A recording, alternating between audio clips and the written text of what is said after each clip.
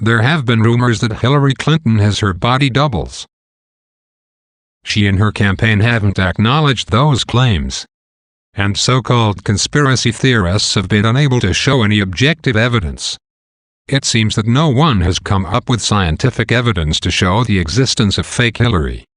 I'm going to show that the woman who appeared in public events as Hillary Clinton was a different person or persons from Hillary. I prove that with objective and numerical evidence that will surely fulfill the requirement for such extraordinary claim. In order to tell the fake from the genuine, we need to have the indisputable genuine beforehand. Needless to say, we treat only visual records, that is, pictures and videos. So we need to have such authentic originals. Do we have any? Of course, we have. The method we apply is very simple. Stunningly simple. What we use is eye-tooth ratio. Eye-tooth ratio doesn't change by age in normal cases. It can be considered immutable for life. We can calculate the ratio simply by measuring the distance between two eyes and the distance to the frontal upper teeth from the line connecting the two eyes. Exactly speaking, the word eye means the center of pupil here. The ratio can be expressed by a vertical rectangle. This ratio is not so unique as fingerprints. Far from it. Remember that the ratio is denoted in only 3 digits, such as 1.18 or 1.25, and the first digit is always 1. Moreover, the second digit can be only from 0 to 3, that is, only 4 variables. Only the third digit has full stretch of 0 to 9. So eye-tooth ratio has very limited range. Many people share the same ratio, of course, having completely different looking faces. Roughly speaking, it's like height of people. Many people share the same height. The same height is no proof that two persons are one and the same person. So eye-tooth ratio doesn't sound especially useful to distinguish the original from the fake. Actually, this ratio has its strong points and weak points. The first weak point is that having the same ratio doesn't mean the same person. Of course, it's because it can be shared by many people. The first strong point is that having different ratio means that the two are completely different people no matter how much alike they may look. So we are supposed to find out the difference of ratios to prove the two persons in the visual records are different beyond all doubt. And it is possible. The second strong point is that we don't care about facial impressions at all. We can, or rather we should say, we should, forget about facial images.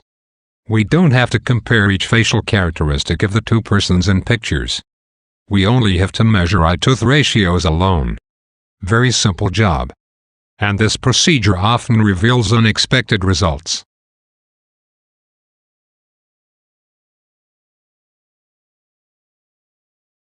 Eye-tooth ratio is independent of emotional facial expressions.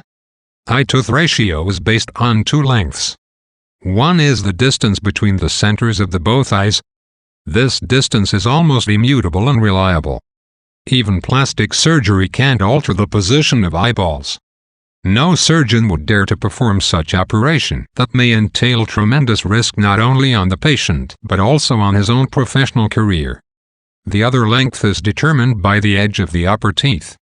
Unless the person in question doesn't replace the teeth with the ones with a different length, this length could be considered very stable and almost immutable.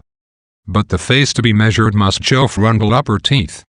As long as the teeth are visible, they present themselves as a solid foothold in our research.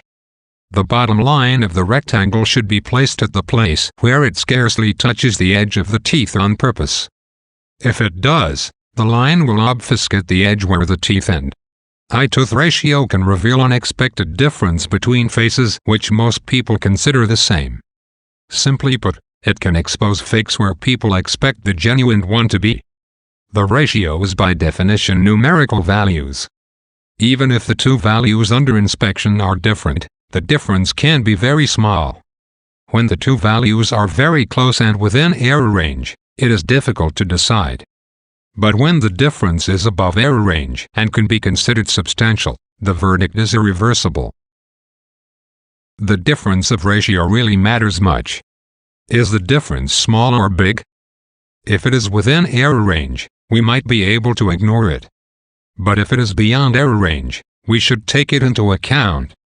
And if similar cases happen more than twice, we can't ignore them at all. We should assume there is some substantial difference there. The more the data, the more reliable is the ratio, of course. But only one face picture taken right in front with visible teeth and can give us a fairly reliable ratio. Some people may think that the degree of mouth aperture will influence the ratio. It's wrong because the degree of mouth aperture is varied only by the jaw. Just imagine a window blind. The vertical length is changed only by raising or lowering the bottom edge. The top edge of the blind simply doesn't participate in the adjustment of vertical length of the blind.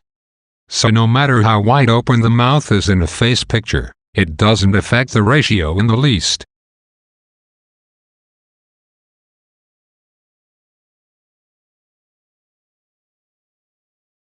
One case of sufficiently different ratio is enough to call a person a fake. And if there are more similar cases about the same person on the same day, it is impossible to make an appeal. The person is finished. Consistently smaller ratio, that is, shorter rectangle in every picture demonstrates fake beyond all doubts.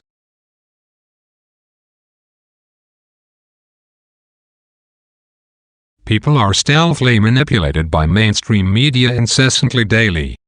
We are led to believe what we are exposed by TV and newspapers so systematically. They are even using the internet recently. The internet is no sanctuary. Visual images, above all, are especially powerful and such subliminal propaganda. Yes, they are propaganda which are highly sophisticated and calibrated to be swallowed pleasantly. General public is so defenseless and gullible like children that you can brain cook them as you want as long as you have enough money to spend on. Every fake would be exposed soon if presented alone without any background and context. So every fake needs sufficient context to be planted in. Lies and fakes can be fed into people's brain if they are properly planted in consistent background, which appear very seamless and natural. Mass deception in current days presupposes such total orchestration, which has been enabled by contemporary computer technology. Simply put, with money and technology you can flood people and soak their brains completely with lies and fakes.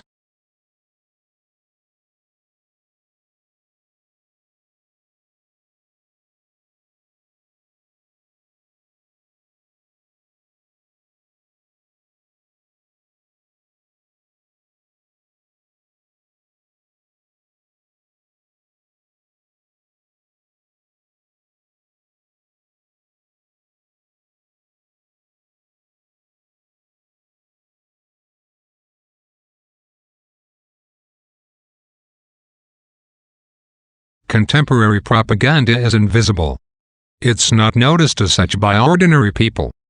Paradoxically, it's always visible and even noisily visible in the disguise of nice appearance and sweet taste. And people are almost addicted to them. It's like delicious junk food. People consume deceptive information sent via TV and newspapers just as they consume unhealthy junk food sold in supermarkets. TV is junk food. Junk food is TV. There are some people who are very careful what they eat. Some are vegetarians and some are vegans. Predictably, such people tend to be critical of mainstream media. But even those people sometimes swallow fakes and lies on mainstream media thoughtlessly. How about you? In 1994, Richard Nixon said, "The American people don't believe anything until they see it on television." Well said, indeed. And we could say now, the American people believe any fake if they see it on television.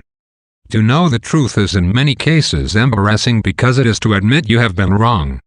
So, wise people avoid the smell of the truth to stay undisturbed by necessary correction. They become wiser and end up in a self-righteous small world. People often misunderstand the principles of eye-tooth ratio. The first principle says the ratio becomes meaningful when the ratios are sufficiently different. In that case, we can say the two persons are completely different. The second principle says when the ratios are almost the same, we are left undecided whether the two persons in question are the same or different. Do you understand? We can't rule out one of two possibilities. We remain undecided. Two persons in pictures can be different even with the same ratio.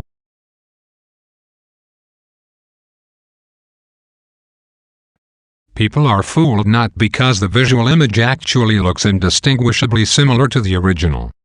After knowing the truth, everybody agrees that fake one actually looks different from the original.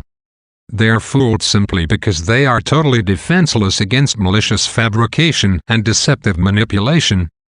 They simply expect no evil intent or no malice out there. They simply swallow what they are fed by TV and newspapers. General public is like innocent babies. So it's not so difficult to make general public swallow fakes.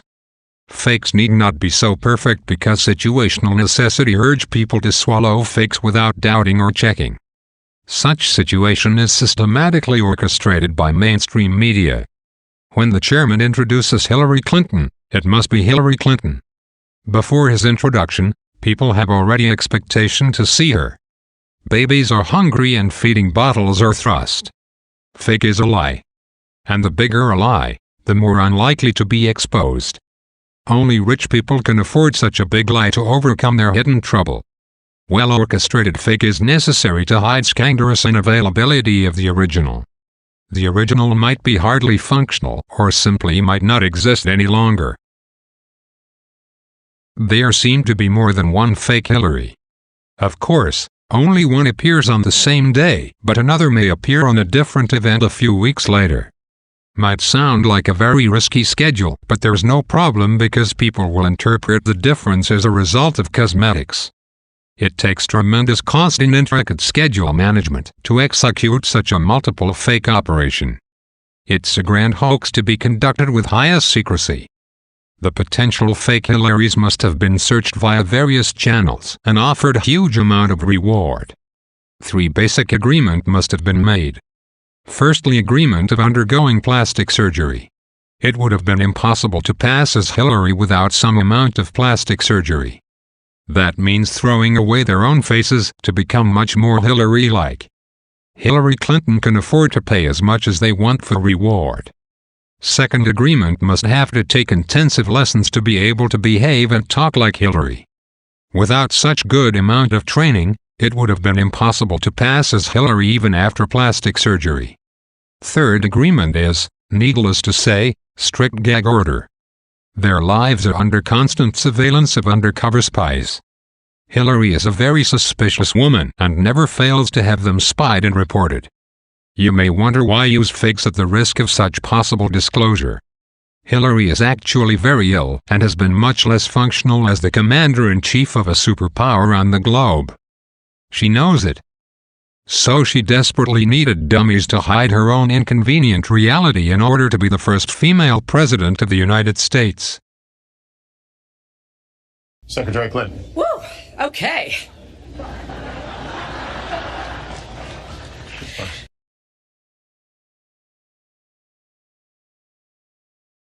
Many people were actually embarrassed to see young-looking Hillary. But they had no choice but to let the show go on. Cosmetics? Or facelifts? Botox? Yes, because of them. They tried to convince themselves at heart. What else could they think of? That woman really looks like Hillary for a different person. And she is in fact introduced as Hillary Clinton. The whole situation is orchestrated to make people accept the woman as real Hillary Clinton. Nobody around you seems to care about the same problem that you have. But actually many people found something was wrong. Despite such normal reaction, all the people are washed away by the flood of lies and fakes produced by mainstream media. Everybody thought she looked strangely younger, but people were swamped by flooding situational consistency. Very few people would say, wait. Something is wrong. It doesn't add up.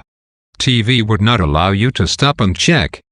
It simply washes away viewers, drowning them in fictional realities up to ears. From the beginning, To watch TV itself is to be carried away by fictional realities. Most people feels good to be swamped and carried away in that way. Even when they are looking at still pictures at their leisure time, their brains are already cooked by the working of whole mainstream media. People are brain-cooked to be acceptive to what they are fed via mainstream media. Mainstream media are incessantly bombarding and brain-cooking general public with calculated palatable stories and images. That's the main functions of mainstream media, that is, TV, newspapers and magazines and their affiliated internet sites. This lady who impersonates Hillary Clinton is actually far more likable than the original. Maybe that's one of the reasons this lady was hired. She is charming and confident with relaxed smile and jokes. Incredibly smooth and natural for an impersonator. In fact, people thought they were witnessing new side of Hillary Clinton watching her on TV. 69 years old and with that youthful smile. Many people must have automatically attributed that to cosmetics. What actress in Hollywood can perform as perfect as she does on TV with such a record-breaking rating? Who in Hollywood can make the whole nation glued to TV so many hours? We need to know who she is. Her real name and her background.